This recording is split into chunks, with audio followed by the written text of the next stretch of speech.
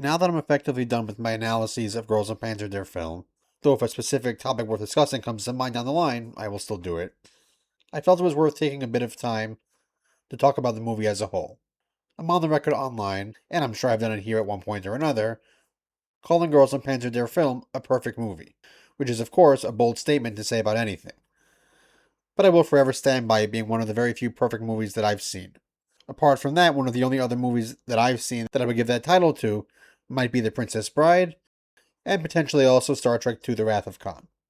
But before I can go fully into explaining why Girls and Panzer their film is a perfect movie, I should probably quantify and clarify just what makes something a perfect movie, since I think it's easy to hear something described as such and get the wrong idea. Basically, a perfect movie, in my view, can only be declared and defined by comparing it against itself. Meaning, what makes one movie perfect doesn't have any real bearing on other movies. Genres vary too much, and there are so many other variables involved that trying to compare two different movies together in this way can't really be done. So what makes a perfect movie then?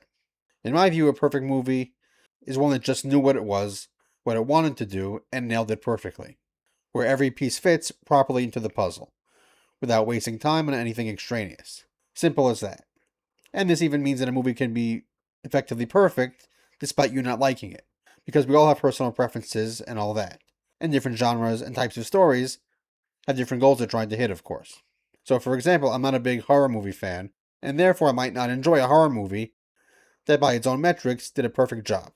Also, a perfect movie is one that is both endlessly rewatchable and one where you could spot new details every time that enhance the experience, as that demonstrates the great level of care that was put into the film and the production and all other aspects of making it by the creative team, the cast, etc. That out of the way, let's finally get into Girls and Panzer their film. In brief, the basic goal of the film was to cap off the first season by bringing together everything and everyone we'd gotten to know there, and to solidify the themes of the series in a spectacle-filled finale. No pun intended. I've already talked about some aspects of the film that make it perfect in other videos, but let's quickly lay some of them out here. First, no time in this movie is wasted at all. It's nearly exactly 2 hours long, and every single moment in it has a purpose, and it serves that purpose well. Take the opening battle, a somewhat lengthy battle by the standards of most films, which serves several key purposes. It reintroduces what Senshido is to us, reintroduces all of our main characters as well as supporting characters, and then also introduces a bunch of new characters who will be important later. All centered around showing how Ori is thriving after Season 1 and enjoying Senshido, thus setting up the gut punch that follows shortly after. The interlude between the battles that bookend the movie, when things go from bad to worse and Ori is at their lowest point, is of course also a key part of the film as much as the action scenes.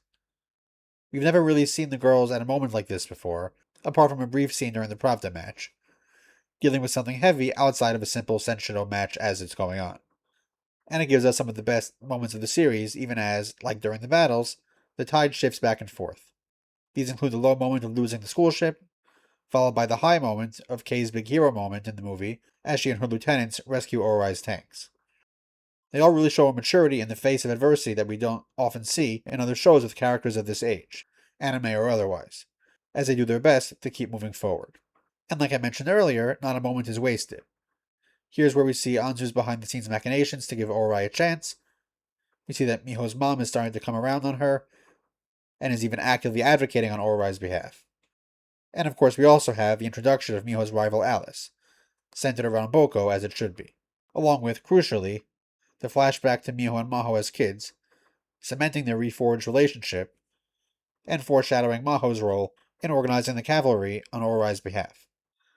We also get some little fun character moments with more minor characters, like the disciplinary committee's depressed descent into delinquency, and the Rabbit Team girls going all survivalist. These scenes here are individually really not that long, but so efficiently and effectively paced that a ton is accomplished in each one, effortlessly engaging without sacrificing the pace of things at all. There's a reason I've been able to make so many analysis videos of the different parts of the film, and it's taking some effort to rein myself in, lest I wind up talking endlessly about every piece of it here for like 5 hours. And then of course we have the final battle. I know I've said plenty about how amazingly done this battle is, but it deserves repeating, and some elaboration maybe. It's a battle that lasts almost a full hour, practically half the film, without stopping. We never get anything more than extremely brief cutaways to people spectating. It's actually really something unprecedented in movies, period. It's a battle featuring 60 tanks, lasting an hour, that never feels dull. And more important, it's paced perfectly, so it's easy to follow. I'm really not joking when I say you could use a scorecard to keep track of every single tank kill, with the only limitation being that we can't tell the university tanks not featuring named characters apart. But even then, you could still tell which tank type was knocked out or knocked another out. There honestly isn't anything else that quite compares to this. Moreover, this battle never falls into the trap of becoming mindless action or too over the top. And along with it all being coherent and easy to follow, the emotions of the scenes aren't lost amid the action. We have the faster moments and quieter moments of the battle, where we get to see our characters do their best. Sometimes succeeding, sometimes failing, but all in the service of their goals. And in terms of characters, as mentioned briefly before, everybody gets a moment to shine. From the obvious main ones to even basically every supporting character whose face we see, and certainly those we know from prior seasons. From Kay and crew earlier on swooping in to save Orai's tanks, to Erika and Maho being the first to arrive to Orai's aid, to Nona, Clara, and the KV2 girls sacrificing themselves for Katyusha, to newcomer Mika and the gang's iconic scene, to Chiatan, well, being Chiatan, I could go on forever if I wanted to touch on every single one of them. It would have been so easy, especially with a cast this large, for some, if not many or even most, of the characters we want to see, to get forgotten about or lost in the shuffle amid the bigger events going on. But not here. This is what makes Girls und Panzer der Film a perfect movie, utilizing everything in it effectively without wasting any time. And of course, in their film's case, it also serves as a perfect capstone to the first season. I've seen some complaints here and there about it being, again, about trying to save Orai after we accomplished that in season 1 ostensibly. But I quite like the twist that the government, the only real villain in the series, lied the first time, as this grand battle brings everything together from season 1 to once and for all secure Orai's safety. And apart from just upping the series' game regarding the scope and detail of the action, it brings together the biggest themes of Girls und Panzer, which have been a central aspect from the start. Sportsmanship, friendship, and sensual being a way to improve oneself and to bring people together. And there's honestly nothing so satisfying as a big team-up, where all the friends we've made along the way, including the harshest rivals from Season 1, come rolling in to help Orai when they need it most. We also again can't forget the introduction of Alice as a counterpart to Miho, and as someone who can slide into the role of Miho's friendly rival, since Maho never truly was that. Plus, with Maho's graduation, she and Miho won't have a chance at a rematch anyway. Additionally, as we discussed in a past video, despite being an antagonist by the nature of the plot, Alice is obviously not a villain. In fact, she arguably has the most similar view of Senshiro of anyone to Miho. Our only villain is, as mentioned before, a government bureaucrat.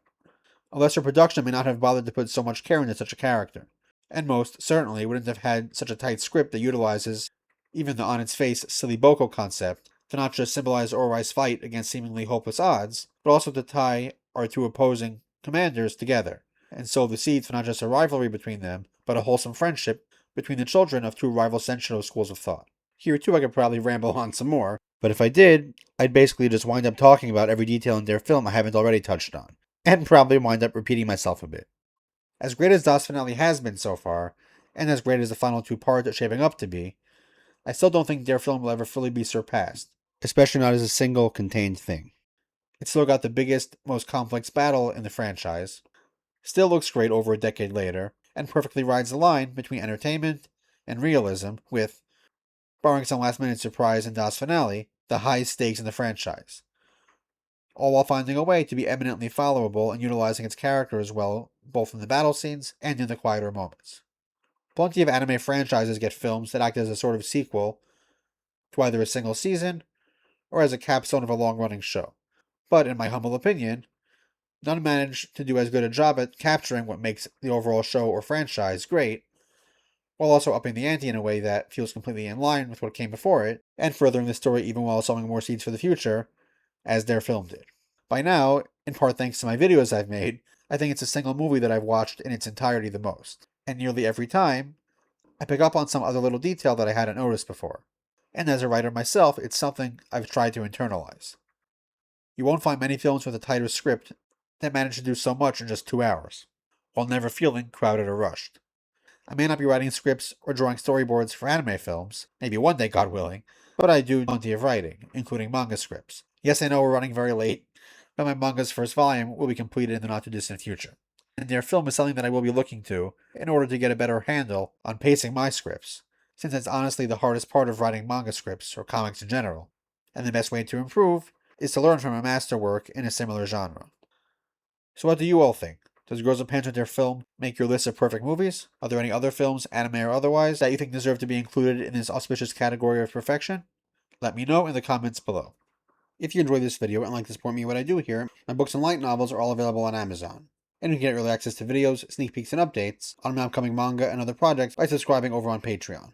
I also offer channel memberships, which get you access to monthly members-only watch-along streams. And as always, if you have any thoughts on this video or there's anything Girls and Panzer related you'd like me to talk about, definitely share them in the comments section below. I'd love to hear them, and while I might not get to respond to every comment, at least not in a timely manner, I can guarantee that I read each of them. And don't forget to like the video, subscribe, and hit the bell so you don't miss any future uploads. That's all for now, so until next time.